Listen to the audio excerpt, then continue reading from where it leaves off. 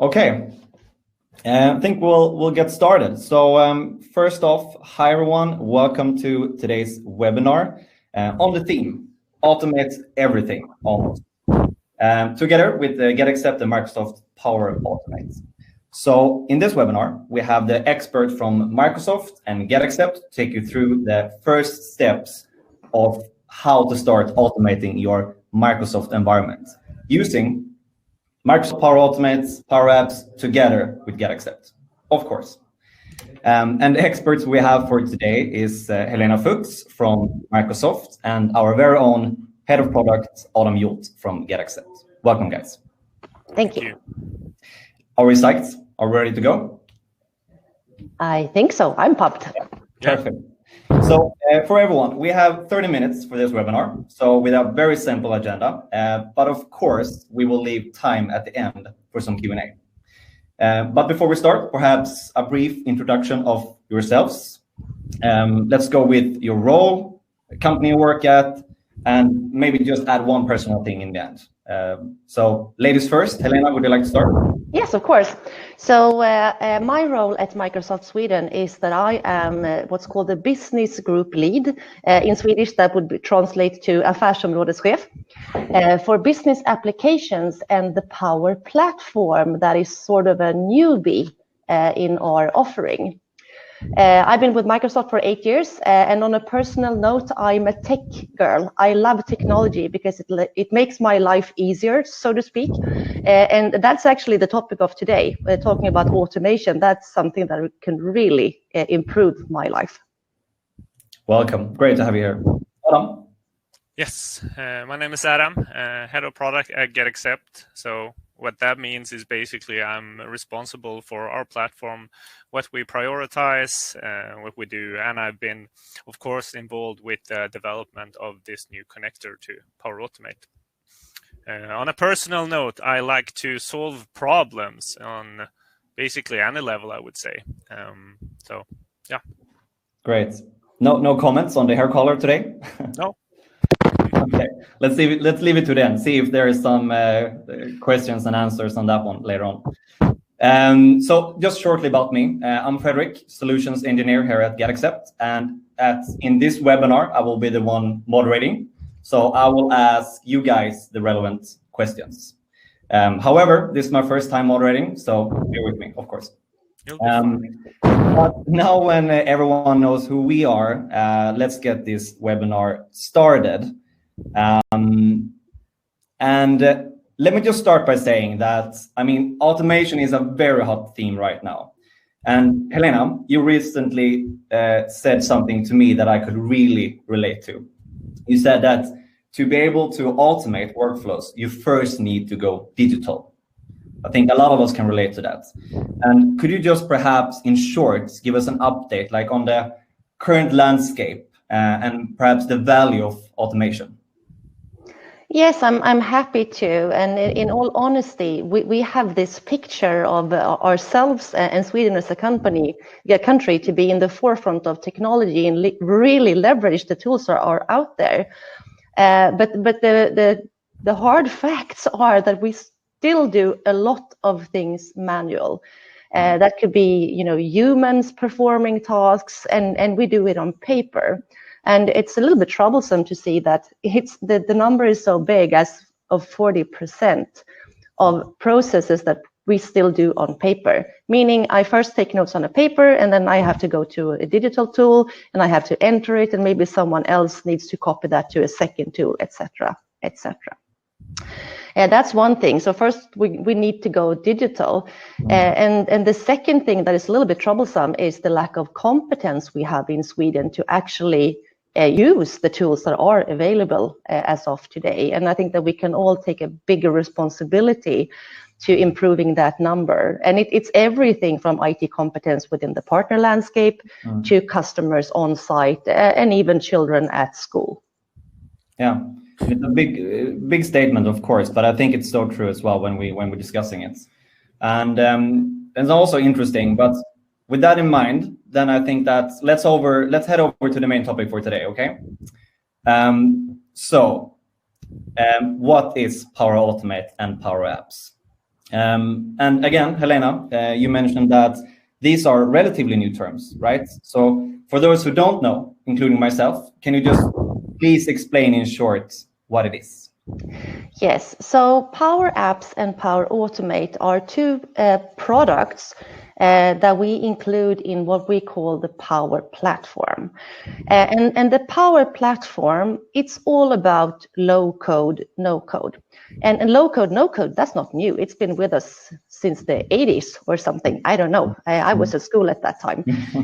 But it's nothing new. But the sense of urgency to really work with it now when we have the cloud services, that is what is new. Okay. So what's included in Power Platform is what you can think of, what you can easily develop without being a developer.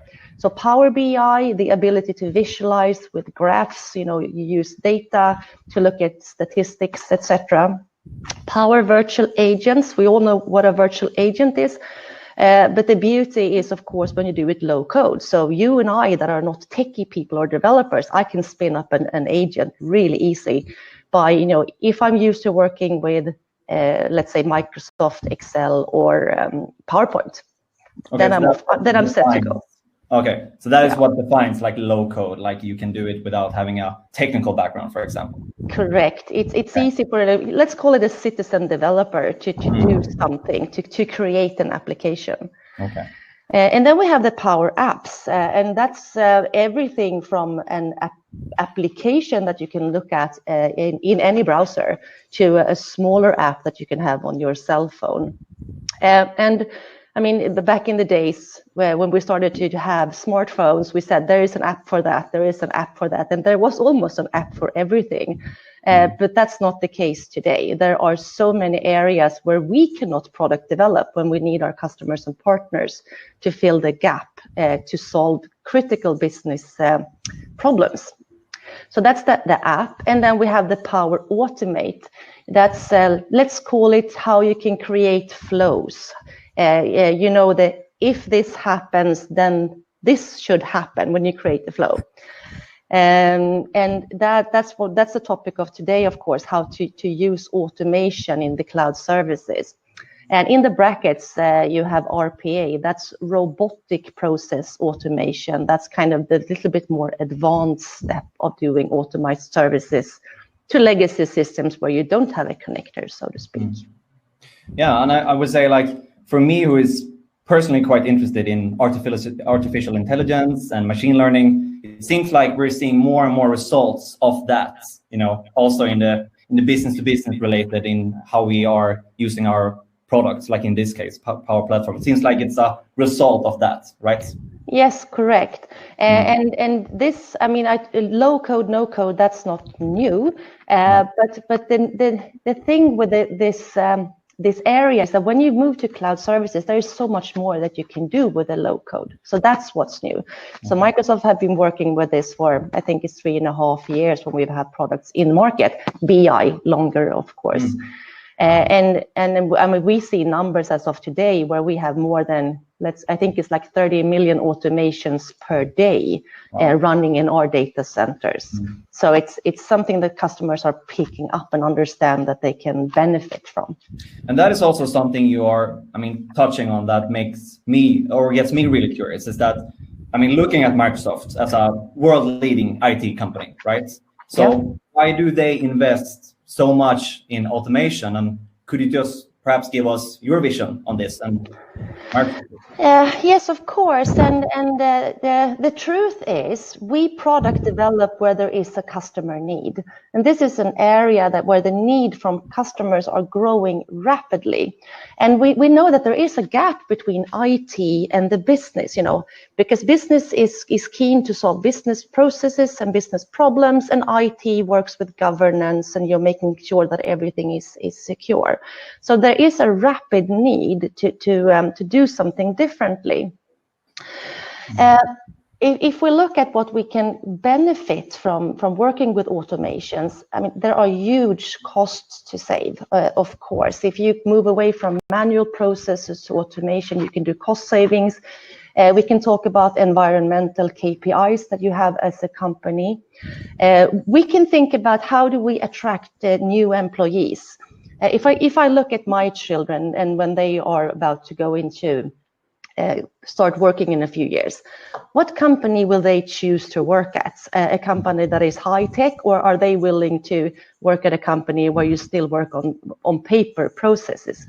Those are important questions to think about. Who do you want to be as an attractive employer? And I mean, I told you that this is not totally new. So of course there are some numbers that we can calculate on what other customers have benefited from this. And it can be time, it can be quality, it can be environmental. And some of the numbers show that over a 3-year period, you can have more than a 360% ROI on your investment going from manual to automated processes. Cool. And I mean, one thing I also get not stuck on, but I see that we're talking about saving time. And I would say that this is perhaps the most common and recurring topic. I think clients mentioned a lot of the times that they want to save time.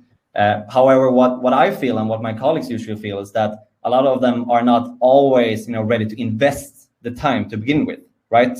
And therefore not saving time in the long run. So surely we can see a paradox there as well, but I think it's interesting what you're raising here, like what the benefits are. So we need to take that with us. And I mean, luckily for this webinar now, we know that GetAccept now has created a brand new integration. So with that, I want to head over to you, Adam. So GetAccept recently launched this new integration with Power Platform. And I know there's been good feedback on that. Could you just please tell us, for starters, like why did we create this integration? Well, first of all, as Helena have touched on before, everything is changing quite fast right now in the digital landscape. We have a lots more requests on customization. You want to streamline processes, and you want to make it easy to do it right, because you have people in different areas within the organization, and they have their own process, and everything needs to be streamlined and aligned. And by automating this, you could actually make it a lot easier to do it right. And this is something that a lot of our clients are asking for today. That we have integrations to all bigger CRM systems, but lots of the time they have customizations of these CRM systems. They have customized processes, they have custom objects and everything. And it's you can't really build an integration where everything fits all. And that's why we basically started to look within the Power Platform and Power Automate to build a connector there, because with this integration, you could basically build any type of integration to GetAccept. And coupled with PowerApps, it's super powerful because you can basically build your own GetAccept integration with PowerApps and trigger it with Power Automate, which is super neat. What's also good with the PowerApps is that everything, if you're used to working in Excel, and I'm pretty sure we have some Excel lovers out here listening to this, and the same formulas apply, the same logic, the same way of building, the flows, which makes it a lot easier connected to the low code, no code. It makes it a lot easier to handle, manage, and administrate. And of course, if you're used to the Microsoft platform before, which a lot of our clients are, it's much easier to understand, the UX and how things work. Great. Yeah, and I mean, you're saying it too, and I think that now when I think of my customers that I speak with, is that a lot of them not always can appreciate, like, creating an integration towards any system takes a lot of time and a lot of effort, of course, for both parties. Yep. And most times they always want something that is, specifically tailored for them. But it seems like to me that with this, we don't need to create it all from scratch, right? It's like building blocks that they can just connect. Basically, as we touched upon before, you can build flows that are based on logic, like if there's some parameter here that has a value, then this happens, and so on. So you can build in conditional logic in this. And of course, we also have templates, which were actually released yesterday to Power Automate, that you can also select templates for this. Right. That makes it a lot easier. Yeah, and I know we will speak about some examples too, but I mean, one question from me to you, Adam, is that I know that you have been working with the Power Platform now for a while, and been setting up some workflows for different customers and trying it out. But how easy would you say that it is to use, and like how user friendly? No, personally, I'm not a developer. I know some basic scripting, I would say. I know some HTML.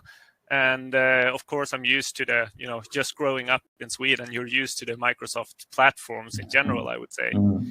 And I would say,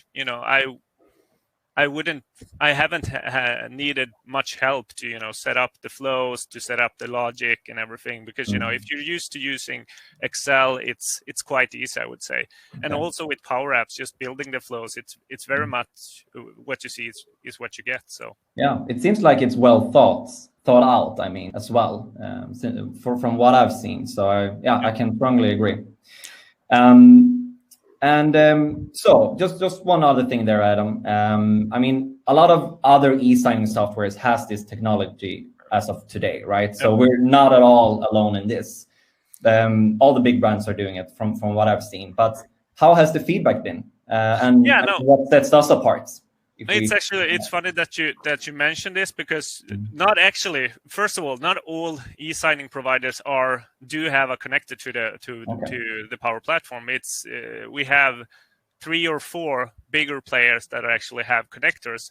But I think what's interesting with this is, a couple of weeks ago there was an independent review from an American company that did a review of all the e-signing connectors, and what they basically said based on that review was that not all integrations are the same. Some of them are missing triggers. For example, I think 75% of the reviewed connectors there were missing triggers, which is one of the most important parts of building a workflow, because you want to trigger something, for example, when a document is signed, or you want to trigger a process when something is happening connected to a document. Okay. But that is not possible in all. And the conclusion in general with this review was that, we actually got the highest grade, which was super fun to hear after working so hard with this connector.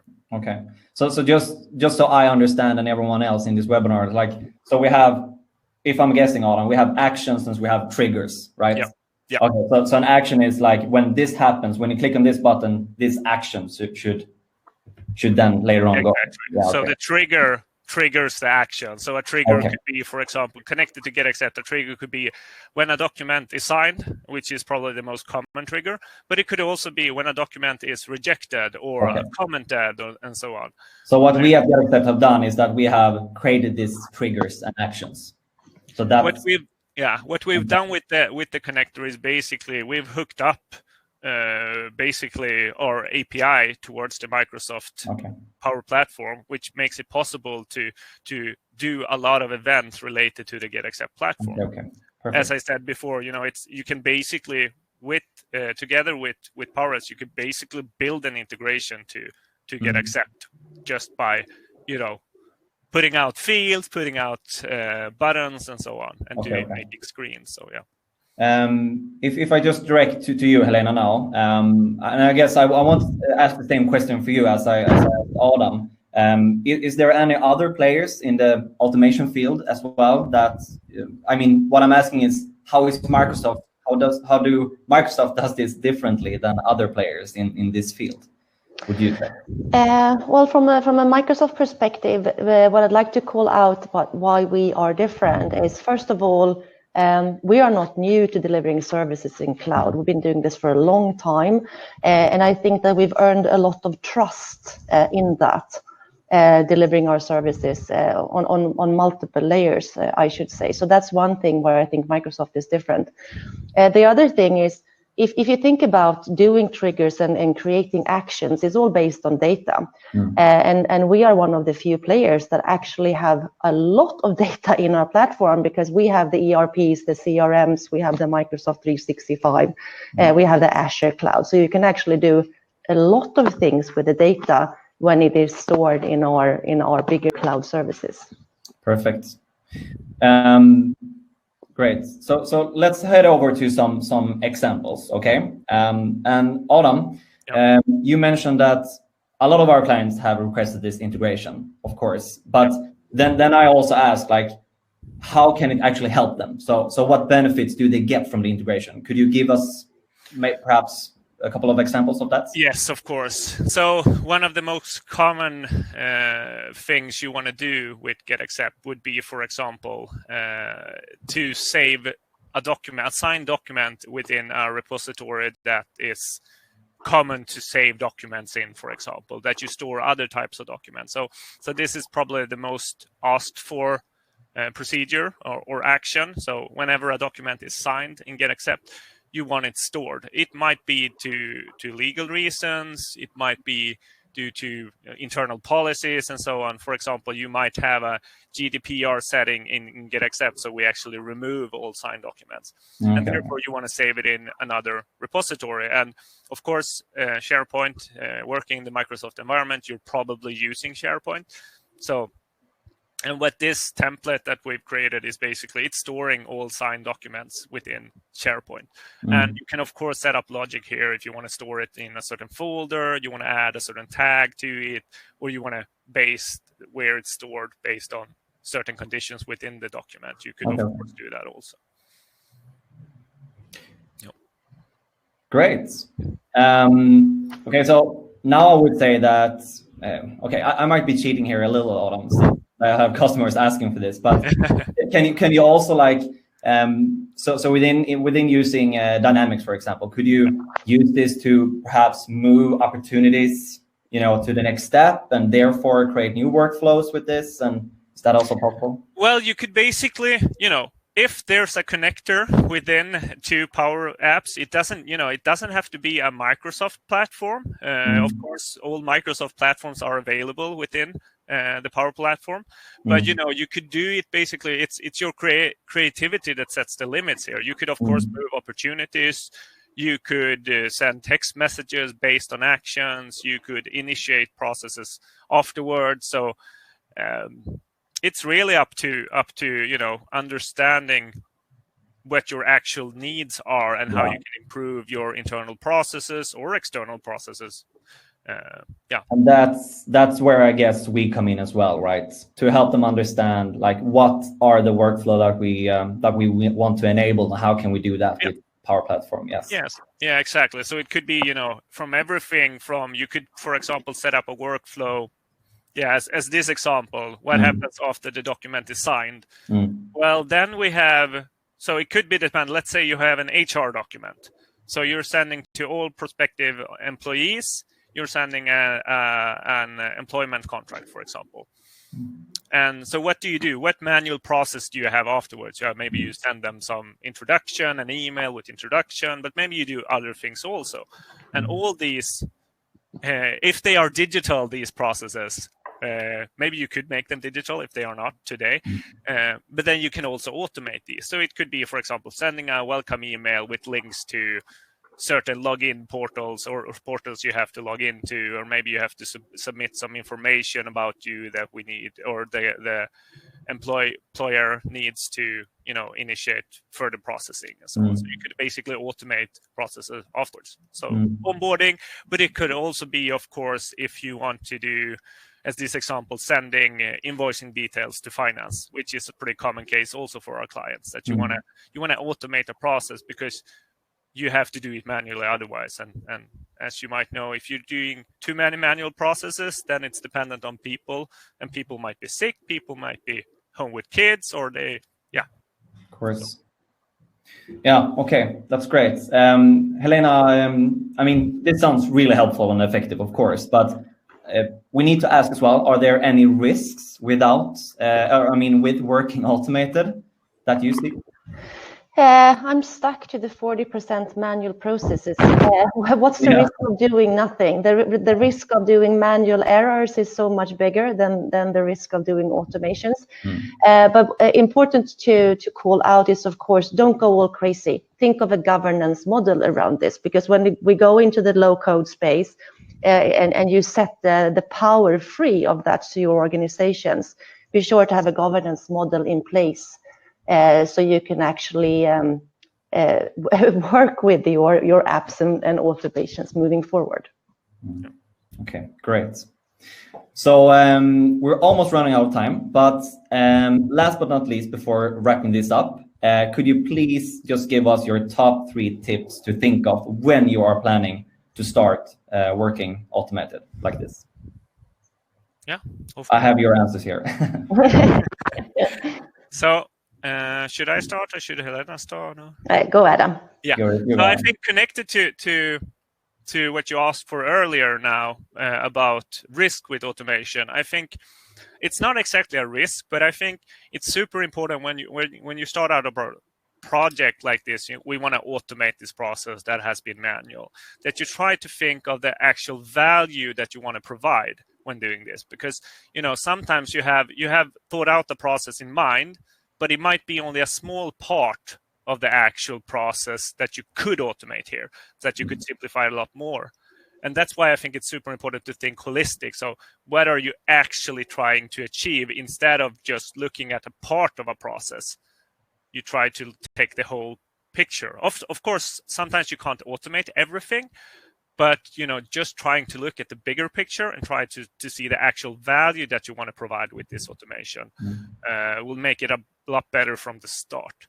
But also, of course, try to do it. Sometimes you have to take baby steps, and you do a part of the process. But try to think holistic when you start out. That's one of my tips. And I think then the second tip is I think that's also one of Helena's tips. I think Microsoft has a lot of guides, a lot of guides, and I think in many cases they are very underestimated, because you get a lot. You get videos, you get information, and you can learn basically anything by just using the guides, and they're free also, which is good. And then the third part is also connected to risks, I would say. Like try to take when you're doing automation, you might create a process that is not taking all fringe cases into consideration. So you have to think of that. So do we send any type of document that isn't related to this case, or that do we have other processes we might need to set up, or what's the process if it doesn't fit within this automation?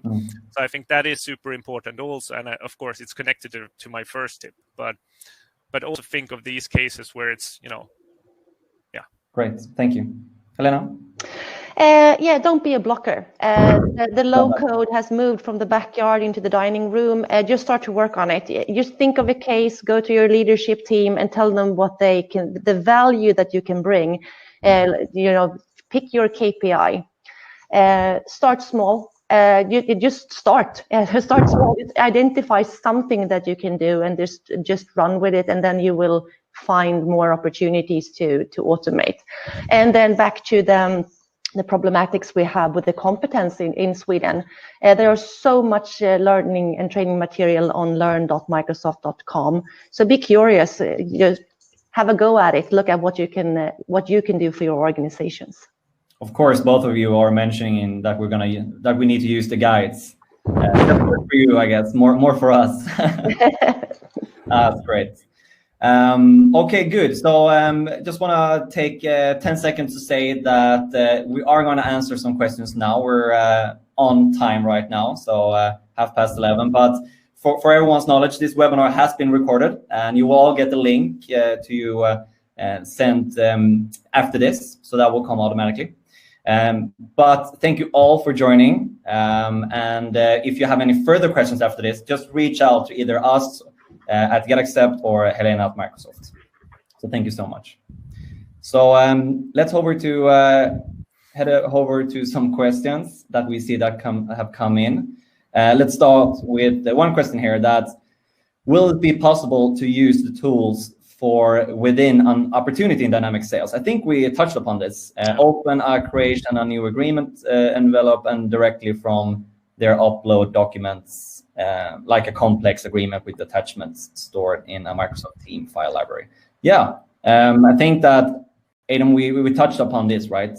Yeah. Before, yeah. Yeah, I think that should be possible.